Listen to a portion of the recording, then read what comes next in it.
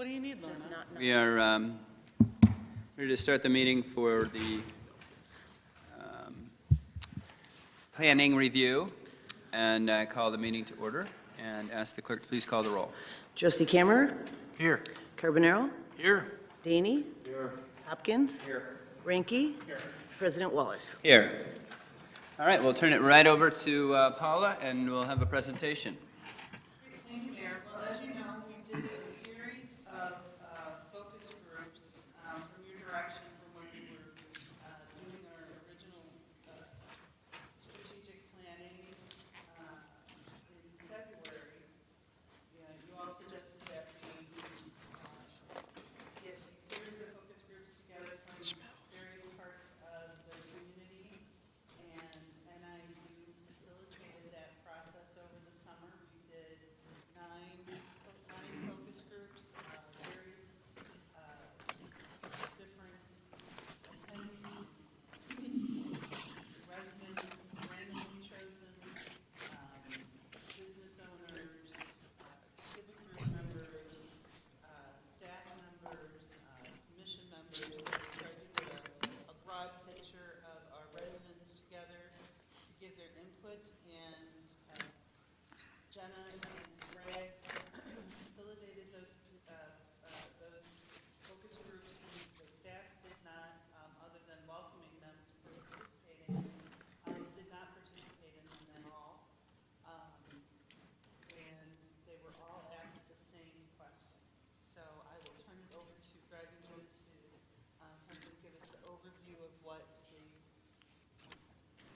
picked up from talking to our residents. I know they had a good time because they were just next door to me and I heard them laughing a lot. Wait a minute. People enjoyed doing it. It's because I used the same joke over and over, and once it worked, I kept doing it. Thank you, Paula, and good evening, Mayor Wallace and members of the board.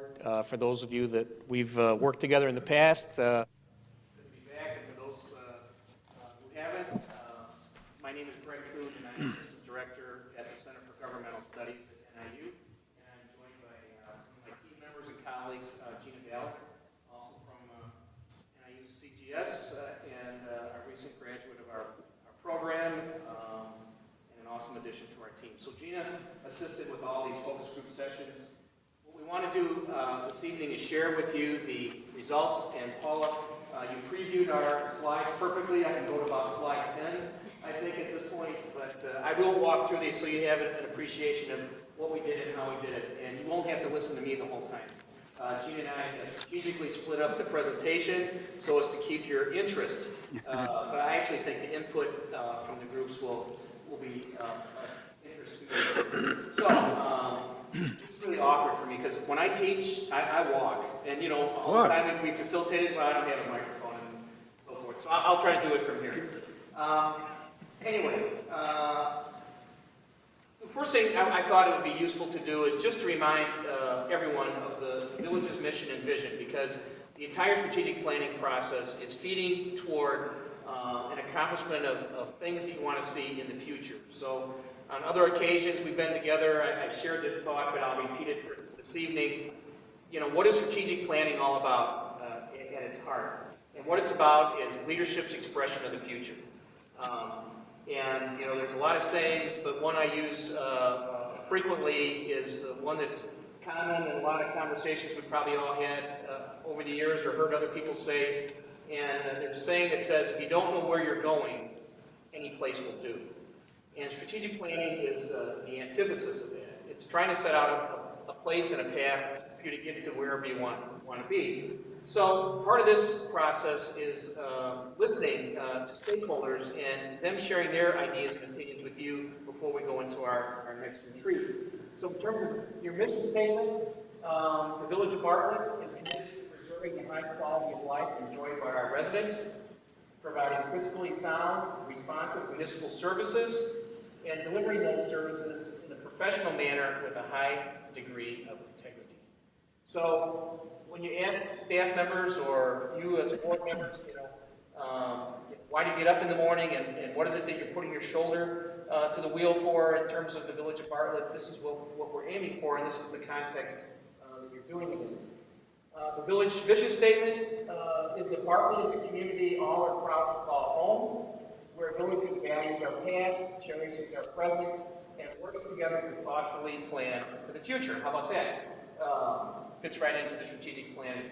But again, I think you're going to see some of these words from both the mission statement and the vision statement in some of the findings from the focus groups. So here's some general themes that we saw emerged from the data, and I'll give you a little more background on the methodology in a second, but we thought it'd be good to start off with some of these initial thoughts. When we asked the groups, a question, and you'll see the exact question here in a little bit, but basically we asked people to put themselves into the future. And if you left the village and did not come back 15 or 20 years, what do you think of hope you'd see?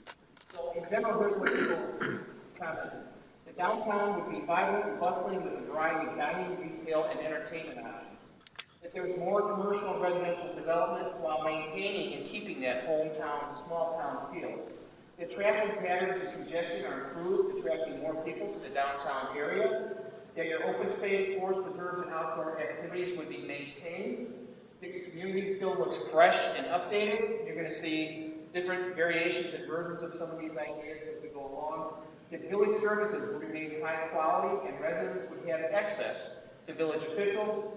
And that the village would be a family-friendly and safe community to raise a family. So if you see all these words, you kind of say, wow, that's pretty high level stuff, that's pretty high bar. But again, this is very genuine, and this is what came across from the groups, from all the questions we asked. So the framework, Paul, just as we rehearsed, you did a great job. 9 focus groups that consisted of these. Residents, had a couple of resident groups, had a couple of business groups, a couple of village staff groups, your advisory committee members, civic and community organizations, and then there was an intergovernmental agency.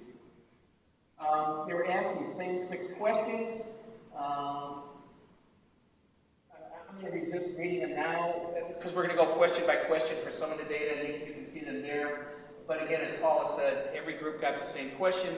Either Paula or Scott greeted every focus group. They did a welcome. They said to be open and honest, and then they excused themselves from the process. So from a methodology standpoint, there was no one from senior staff in any of the meetings, and in the village staff sessions, it was just the village staff that were selected or participated.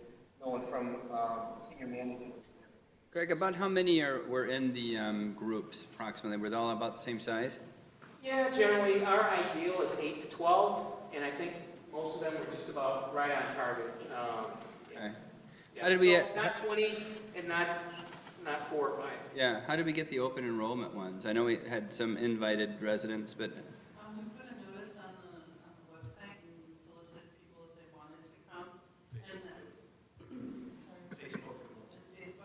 And some people who couldn't make it in earlier meetings, we put them in that one.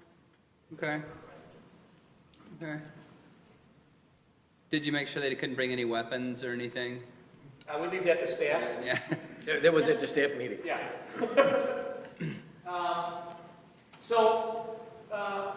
In terms of the process, the other thing we stressed to all the groups is the analysis that we did. We're looking for, in using the same 6 questions, we're looking for themes that came across and came through each group. So we told every group that we met with, it wasn't the group on Wednesday, I don't know, May 23rd, I don't even know if it was for Wednesday, but at 2 o'clock, this is what this group said. I mean, the only people that know that information are us. What we're looking for across all the groups are themes and general ideas, etc. Okay, so key themes, again, beyond what we showed already, here's some other themes that emerged across all groups. And first, that it's a great place to raise a family. And, many of you know, other times we've been together, I've been in the local government world for 35 years now, and this is high praise.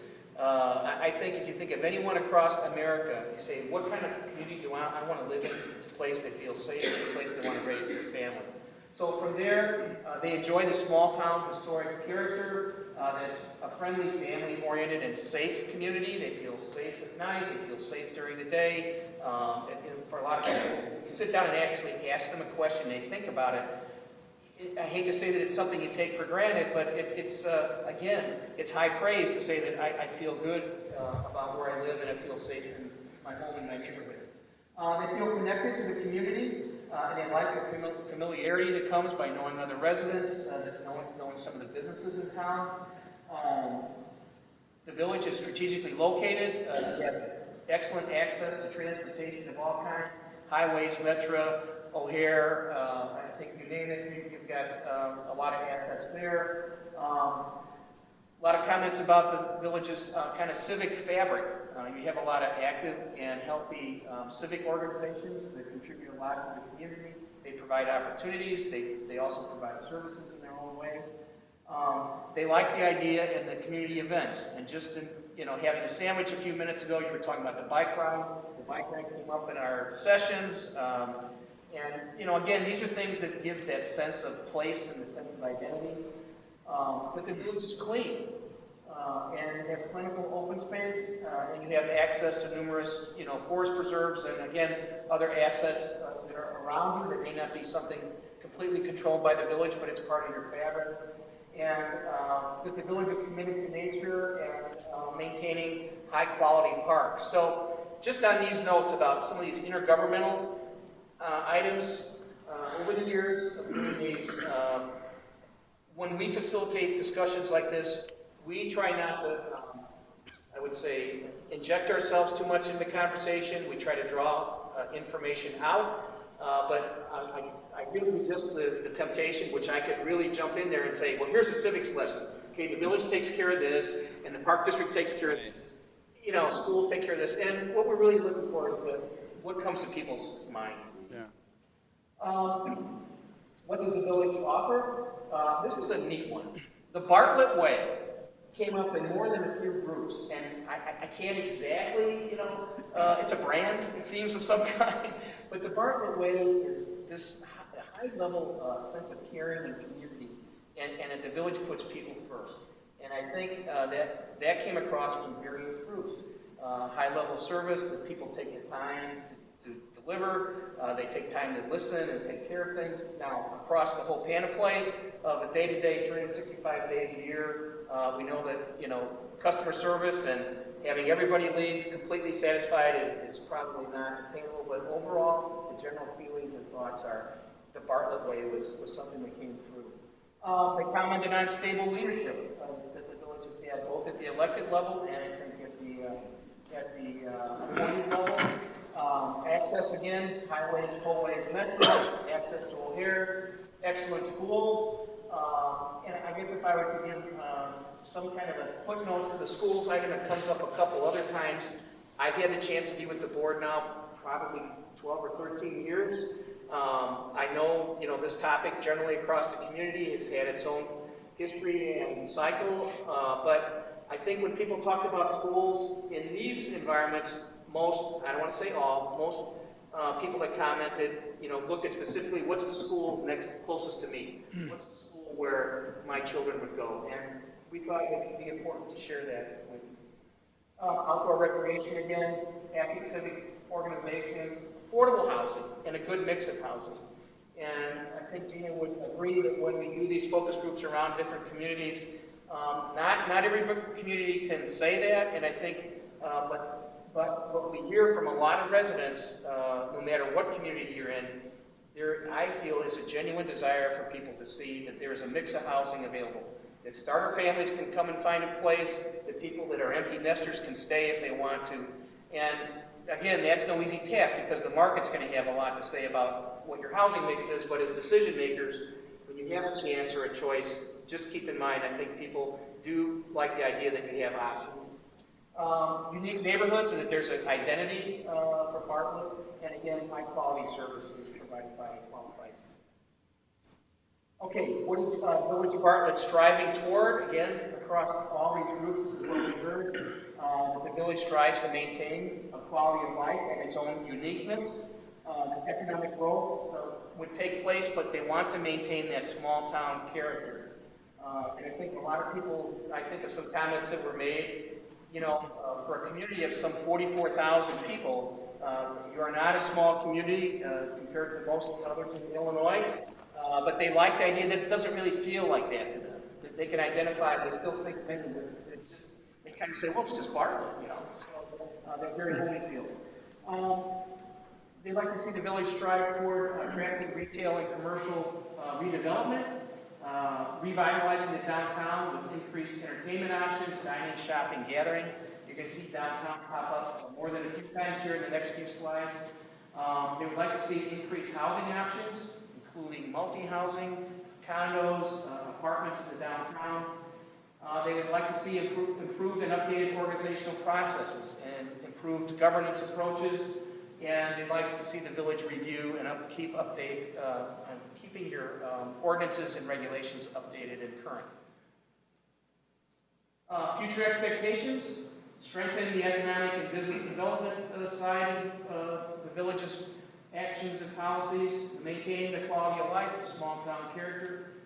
Some comments were to be more welcoming to businesses. There were some conversations and some comments that may not have always been the perception or the reality. I'm not here to tell you which it is, but some felt that a little more welcoming to businesses would be appreciated in some cases.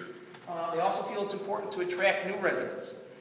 We had more than a few people that were aware of the demographic, turnover that takes place, and many people said, we need to also remain attractive for people to make us a choice for a place to go. Redeveloping the downtown, I mentioned it already, came up. The village becoming a destination, the downtown becoming a destination. The next one, again, I'll use Gina as my, substantiate this. The train platform came up in almost every group. And I know it's been being around here for over a decade. I know that's a topic that's also been around for a long time, but it's on people's mind, and we want you to know that.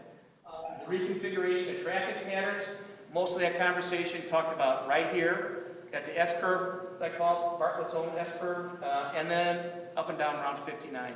There was a lot of awareness of what happens on 59 on busy days or some of the really bad accidents that have been out there. They'd like to see safety improvements at major intersections and that the village be more open to change.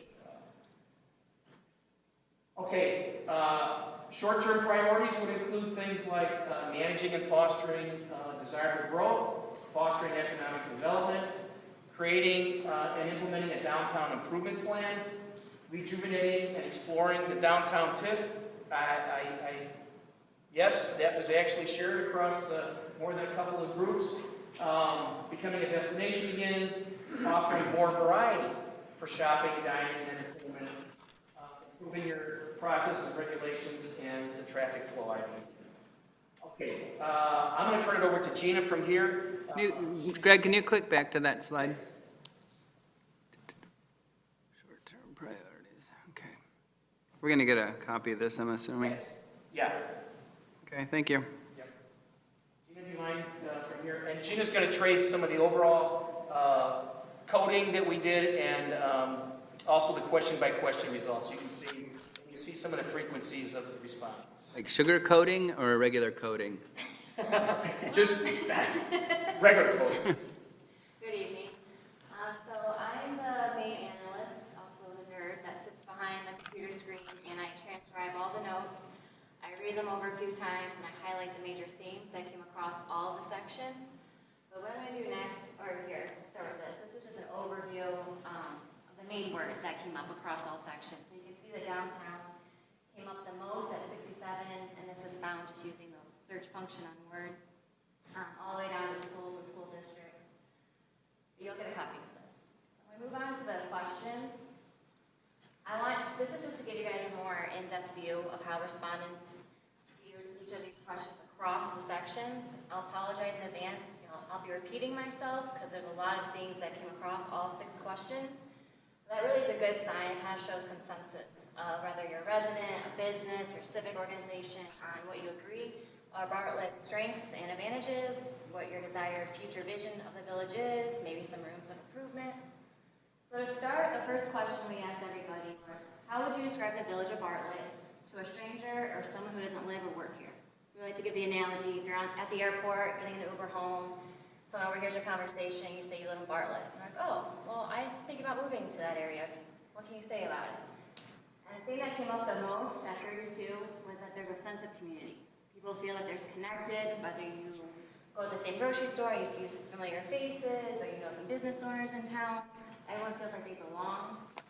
The second, and not far behind that, is family friendly, excellent place to live and raise your children. The hometown feel, kind of bedroom community. Mayberry-esque, that's a really good descriptor word. And it's a great place to live. And then they kind of mention the location, which kind of goes in that small town feel that they can be small town but still have access to major amenities, whether they get on the highway to go to Chicago, or they can hop on the Metro train, or they can get to O'Hare in a reasonable time without the loud noise and congestion. They also mentioned downtown, it's quaint, it's a well-managed road, so you have that small town with the big town options, and there's a lot of business opportunities here. It's also well-maintained. A lot of people mentioned they really appreciate the aesthetic view of Bartlett. It's very beautiful, it's fresh, it's updated. They like that they have access to forest preserves and there's plenty of open space. Continue, then I came next with a safe community. It's recognized for its safety rating. The police department is people and community oriented, which people appreciate. They mentioned they would like more entertainment and retail options to enhance the downtown, which we'll get into more as we go on. They mentioned the government, that they feel responsive. The residents really feel that they can either talk to an elected official or the administrative staff and they get a response back. They also feel that it's fiscally sound, it's been conservative. They would like to see maybe more of a connection between the school district and the community, although they did mention that the local schools in Bartlett are very impressive. They were held to a high regard. And then can escape the congestion, traffic, and platform. Second question, if you left Bartlett tomorrow and didn't return for 15, 20 years, what do you think you'll see? What do you hope you'll see when you return? We tell them, try whatever you want. Try not to think of the barriers. What is it that you really want to see if you came back? The first thing that came up was economic development. They would like to see more diverse businesses in the area, more commercial and retail, closer to downtown, and that there's an attract and support for businesses. Behind that is a revitalized downtown. They would like to see more entertainment and dining options. Basically, they want to be able to come downtown and see it bustling. People are moving, they're walking, there's places to go. It can attract a range of younger kids to the, 20-some-year-olds to 30s and the older generation. Reduce traffic, infrastructure and road improvements, increased signage to improve traffic safety, and that unified platform. And they would like, again, kind of going into the downtown, connected roads, paths to downtown, bike path connectivity across the community, and pedestrian pathways to the downtown. Following behind that is diversified housing options, mixed-use housing, especially in the downtown area. They mentioned maybe like to see the younger population moving in, because again, everyone loves raising their kids in Bartlett, so a lot of older people said, I'd like there to be a place for my child after they got out of college to move here. Right now they can't afford, a single-family home, but maybe something downtown. So lower rental costs. Continuing with the second question, they would hope that parts of the village are slow to change. They do still want to maintain that small town feel and what that Bartlett way is.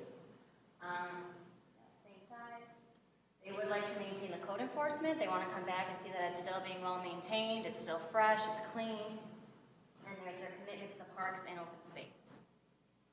They do expect to see a change in demographics and population, maybe increased diversity, and hopefully more social inclusivity. And some mentioned that they may be able to be built out or more open space for development.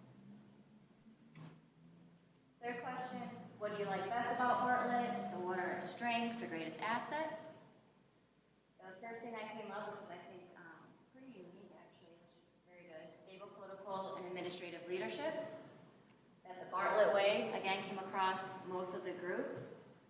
It's fiscally sound, it's strong institutions. And behind that was the open space, access to nature, outdoor activities. And again, its location, it's strategic. You can get to the train, you can get to the O'Hare Airport or access major highways. It's safe, it's family-oriented, sense of community, has their unique neighborhood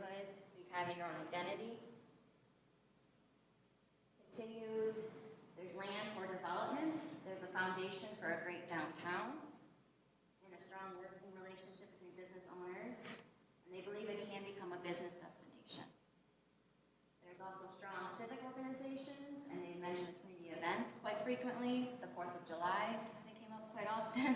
Again, there's housing options, and then they mentioned that there's good local schools in the area. So of course, if we ask the strengths, we also have to ask some weaknesses or areas of improvement. And something that came up was that we've done a good job on reducing the costs, but that could have an adverse impact on the services and capital repairs and replacements. They would like to see a shift focus beyond the budget cuts. Behind that, the economic development, more focus maybe on the Route 59 businesses, and better relations with business owners and developers.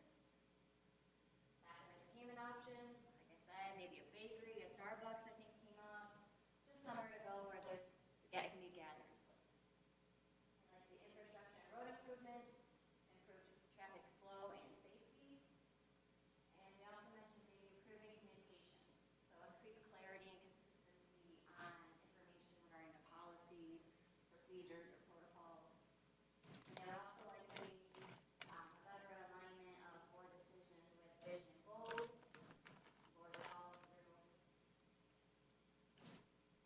continued some maybe more standardized fencing. They mentioned that maybe better way to put it, consistency between property maintenance and code enforcement, take care of the abandoned properties.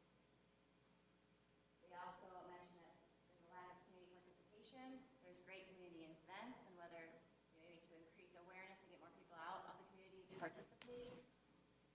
Diversify housing stock, review the organizational chart and job descriptions. Again, just kind of reviewing the ordinances, codes, and regulations to improve consistency of the information going to residents and business owners.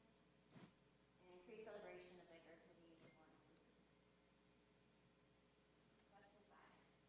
So we asked them, what are should be the top priorities for the village over the next 3 to 5 years? You can say anything. You could give them a list. What would be on that list? Again, number 1, economic development. They want to see and attract diversified businesses, a downtown redevelopment plan, small business growth, follow through and action planning, maybe see some more open to changes, willing to take risks, more variety of dining options, so maybe a grocery store, enhance community events, become a destination. That unified train platform comes back into the picture. Traffic safety and patterns, and a downtown redevelopment plan, maintain a centralized downtown, residential apartments downtown. Continue to that is a revisit the organizational chart, staffing and structure department-wide. Code enforcement, address the blighted properties. This came up too quite frequently, improve efficiency. So I mentioned just maybe wanting an online permit system, especially for the local businesses, and possibly a credit card payment system at the front counter. Infrastructure improvements, develop a long-term infrastructure and capital plan, and continued growth and quality of the parks. So expanded bike paths and connectivity, and collaboration with forest preserves and park districts. Last question. We call this our Walt Disney question. I'm fortunate enough to Senator Dean Magic Wand that I bring with me. It doesn't work on the lottery, unfortunately. So we say if it could change anything, start anything, complete whatever it is, forget about all those barriers, but one thing, what would that be? And number 1 answer, most frequently said answer was revitalize downtown. They really just want to see a vibrant, bustling downtown for options for all the residents. Behind that was the traffic pattern, just increase safety and decrease the congestion. And that unified train platform. Economic development, diverse businesses, redevelop the commercial vacancies. And then assess the village's needs. So review the village's policies and procedures, improve communication, increase collaboration, prepare for future changes.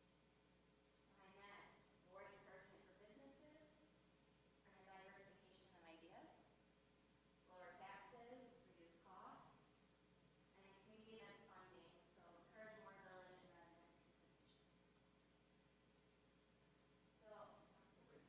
So overall, we found the strengths, it's family friendly, strong sense of community, it's safe, you guys have a fiscally sound government, this strategic location, you have that small town feel, but you're not far from bigger town amenities. You have delivered by qualified staff, strong and stable leadership, commitment to nature, open space parks, good schools, and a solid foundation for developing a vibrant downtown. Some opportunities for improvement, economic development and growth, some business diversification, commercial, retail, and dining, revitalizing downtown, attracting future residents, both the older and younger population, becoming a destination, reviewing your policies, ordinances, codes, and regulations, and a long-term infrastructure and capital plan.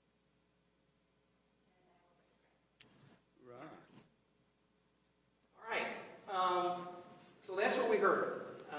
And I know you're seeing it and hearing it for the first time. We had a chance to review our preliminary results a few weeks ago with the department heads, et cetera. We went back and, as we always do, we reviewed and retallied. There are a few slight adjustments in some of our counts and things, but generally this is what we heard. So for the board, in anticipation of our getting together in about another month, a month and a half or so, you know, I think the best way to kind of summarize all this is putting your ear to the ground. And some of these things that are up here, I'm going to guess, are things that you hear in other conversations. I think these are things that come up probably in some of your other discussions in work here in the village. But I guess a couple things I want to say about focus groups, and then we'll entertain any questions you might have or discussion, et cetera. So focus groups are qualitative, what we call qualitative data, right? This is not a community survey. I can't tell you within plus or minus 4% or 3% or 5%. This is exactly what everybody across the community thinks. But from the people that we gathered in the cross-section we had, this is what we heard. And so why I like focus group input, it's a different kind of listening than doing a community survey. The village has done community surveys in the past, and I don't expect that to change. But the thing is, you know, we get to, what we call this is kind of robust data. We get to hear not only the idea, but we kind of hear the context that goes with it. But we also have to admit it comes with its own human limitations. It's our analysis, it's our ears, it's our note-taking, et cetera. And I know there's a few people here tonight that were part of those groups. But again, as we shared with those groups that night, what we're looking for is the themes that emerged across all of them. So I hope there's something here that you can kind of take away and stew on for the next few weeks. You can follow up on some of these items, and we'll entertain any questions. You may have your own discussion. So thank you. Thank you, Greg. Thank you, Gina. I just wanted to point out, Mayor, when you asked about, thank you, Scott, when you asked about like the groups and how we formed them, we didn't call all our friends and people who were happy with us and said, come and sit in this focus group. We had a number of people in groups who we knew were mad at us about decisions that had been previously made or you know, projects that didn't go the way that they wanted them to. So I just wanted to point out that it was not all fans of Bartlett attending, and we certainly took their comments to heart as well. Good. I just think there's a lot of stuff on there that we've been talking about, and there's some new stuff. So, I mean, it's really eye-opening to see I like how you prioritize the number of words that come up, because that's really what's going on. You know, we've been talking about some of this stuff for a while. We thought we'd done some of this stuff for a while. Obviously, we need to do more of some of the reviewing of ordinances and reviewing of procedures. But it's very enlightening. Good work. Yeah. Well, we appreciate it, and we'll see you in a few weeks. And, All right. If you have anything else, you know, feel free to follow. Good. Thank you. We are looking at September 26th. That's the fourth. That's a fourth Tuesday. Oh, Greg, when we get the magic wand, can we get like $20 million to revitalize downtown? Or 30? Or 40? There's tickets available for sale. Okay. We might want to start a lotto or something, Yeah. toward a lotto. So if you will check your calendars for that fourth Tuesday in September. Scott will call my wife on that, okay, so that's all taken care of. Everybody check your calendars right now. Fourth Tuesday. When is it? Fourth Tuesday in the evening, like we did tonight. Perfect. Fourth Tuesday and It's the 26th. Oh, yeah, I'm sorry. Yes, the You know, 26th. the one thing that's about wide open. what we just looked at, you know, it's very, very encouraging that we had a focus group, and I understand, that was one of the questions I had about how the focus group was how those people became part of that focus group, and it was explained very nicely. But we have a community of 40,000 plus people, right? And I looked to me like the numbers there were about 100 totally in the focus groups. And did any of these people give you any ideas on what they want to see? I know we talked in generalities about the traffic pattern, we talked about a grocery store, you know, we talked certain items, but there has to be a way to get that done. And in addition to that, all right, we have the focus group, and you're talking about a margin of error of 4 or 5%, whichever the case may be, 40,000 plus people. We have to somehow have these people support anything that comes into the downtown area. And I've seen a neglect of residents wanting to come downtown, you know, maybe because of the traffic pattern, or maybe because of the fact they can go to a big box store and get a better deal, whatever the case may be. But unless we have the support from the residents of this community, whatever goes into the downtown area, we could try all we want. We can offer whatever incentives we want. But if it's not supported by the residents, it'll fail. Trustee, I think a couple things. One, I just want to clarify. So focus group data is not a substitute for a survey. So this data here is not within a margin of error. It is strictly what we call a snapshot in time. It's from these particular people that were here on these particular days and were asked these 6 questions. But these are questions that we use relatively frequently across different projects, across different communities. And if you think about some of the other discussions we've had in workshops and strategic planning retreats, you know, goals is something we talk about, visions of the future is something we talk about, we'll be doing it again. And so you now have the benefit of these particular folks, but I don't want it to be misinterpreted that this is the same as a community survey, because it's not. But what it is, it's insight into what people are thinking across these different groups. I think the other thing about your comment about the support is what I call the art of public policy. I mean, one of the things I learned early in my career when I started out in the city manager world is I worked for some great mentors, and I had a couple of people along my path reminded me a couple of times when I was a young staff member, and I was so frustrated at why a village board wouldn't make a decision on something that we had worked so hard on. And some of my mentors said things like, well, Greg, no one elected you to anything. And that never left me, because that little short phrase, you know, talks about what we ask all of you that do run and do serve, is that you have to balance all these competing demands and choices, and it's not easy. But I think, at least from what we have here, as I said, it may have reaffirmed some things you already know, and as the mayor said, maybe there's some new things that you thought may have been resolved that we're hearing them from more than a couple of folks. So I hope it gives you some things to stew on, but I think you make a good point. Eventually, getting that final decision to do X, Y, or Z is, right, it's going to take a little bit of good judgment. Yeah, a good example of that, a good analogy is, I think that if some people heard the term that Gina used, which I love, by the way, if some people in the village heard the term Mayberry-esque, they would think, I don't want to live there.